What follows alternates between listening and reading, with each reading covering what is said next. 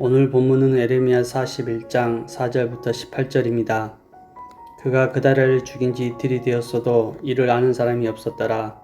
그때 사람 80명이 자기들의 수염을 깎고 옷을 찢고 몸에 상처를 내고 손에 소재물과 유향을 가지고 세겜과 실로와 사마리아로부터 와서 여호와의 성전으로 나아가려 한지라.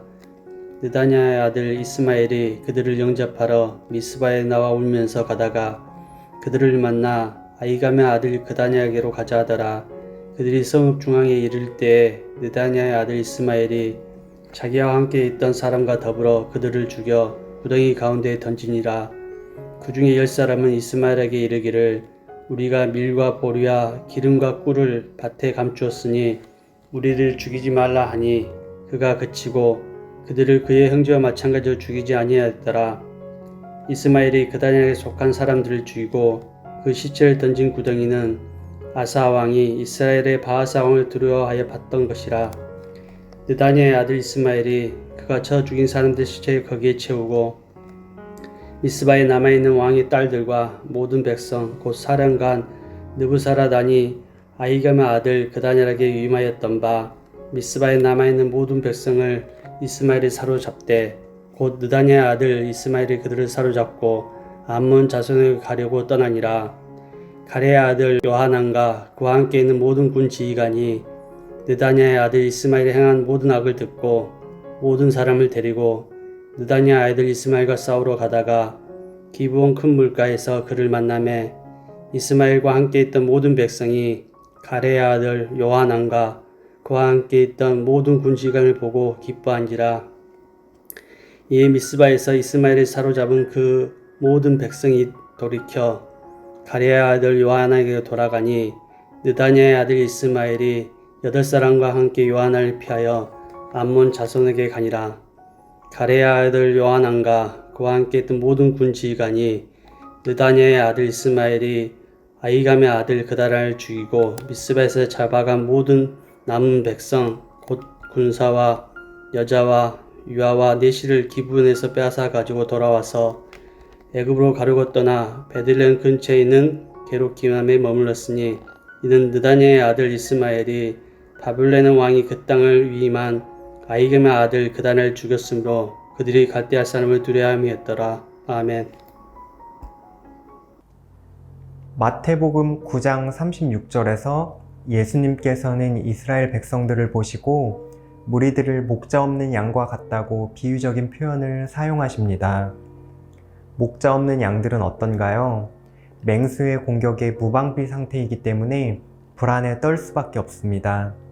그리고 질 좋고 풍부한 풀과 마실 물이 있는 곳으로 스스로 찾아갈 수도 없고 그저 들판에 내버려진 신세에 불과하죠.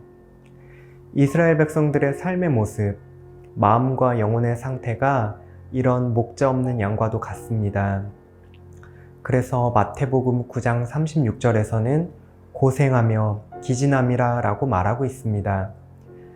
이스라엘이 목자 없는 양의 신세가 된 것은 비단 예수님 시대의 일만이 아닙니다.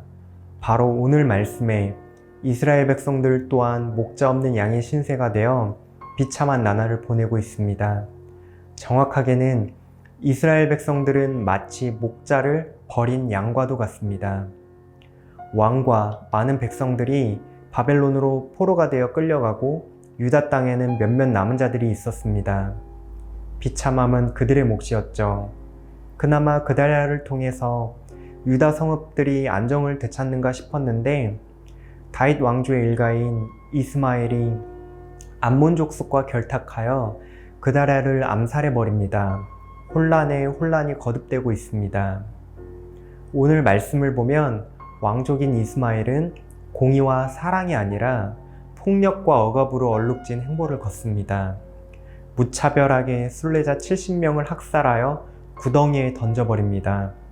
먹을 것을 감추어둔 10사람만 살려둘 뿐이었습니다. 무차별한 폭력을 가하고 나서 남은 사람들을 잡아 암몬으로 떠나려고 합니다. 이때 요하난이 등장해 이스마엘과 결투를 벌이고 잡혀가던 사람들을 구출합니다. 그러나 불의한 왕족 이스마엘의 손에서 벗어난 기쁨도 잠시뿐이었습니다. 바벨론 왕이 세운 그다랴를 이스마엘이 죽였기 때문에 또다시 바벨론 사람들이 자신들을 죽이지는 않을까 두려워하고 있습니다. 그러더니 이제는 자신들의 조상이 과거에 종되었던 애굽 땅으로 스스로 찾아가려고 하고 있습니다.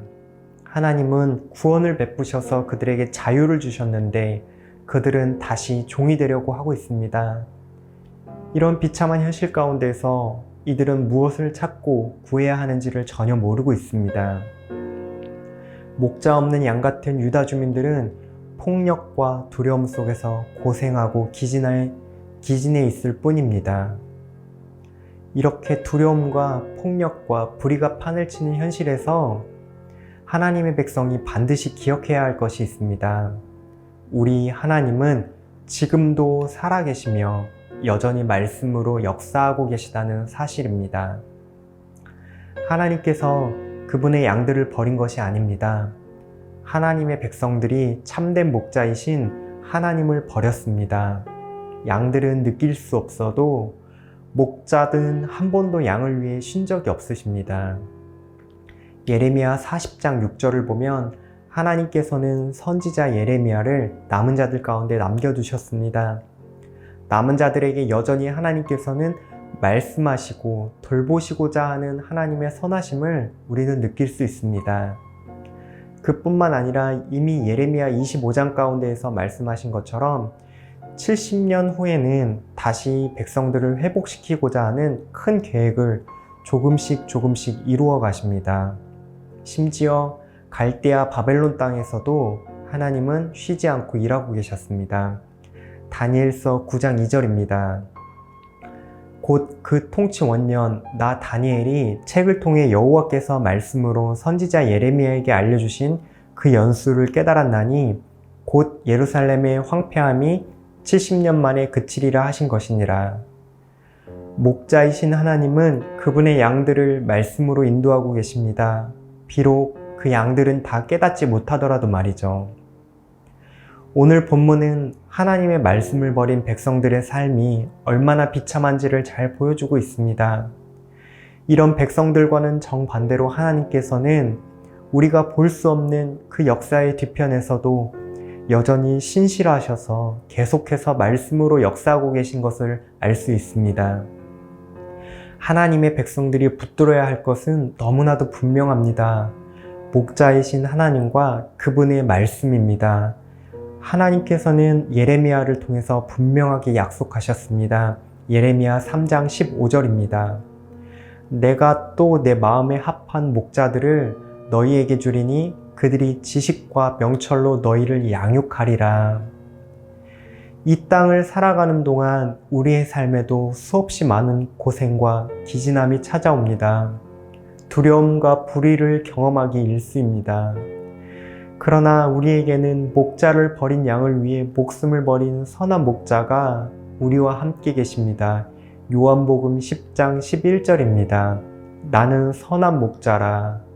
선한 목자는 양들을 위하여 목숨을 버리거니와. 우리의 삶은 목자 없는 양같이 고생스럽고 수고한 짐을 지며 살아갑니다. 그러나 우리의 선한 목자께서는 한 번도 우리를 버리신 적이 없고 오히려 우리를 위하여 목숨까지 버리셨음을 우리는 기억해야만 합니다. 이 시간 다 함께 기도하시겠습니다.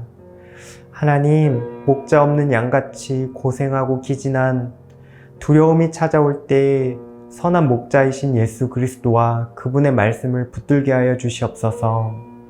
그래서 하나님, 우리가 다 이해할 수 없는 상황 속에서도 선한 목자이신 하나님께서 신실하게 일하고 계심을 신뢰하게 하여 주시옵소서. 이 세상 가운데 양들을 홀로 내버려 두지 않으시는 선한 목자 되신 하나님이 늘 함께 하시는 그런 복된 하루 되시기를 바라겠습니다.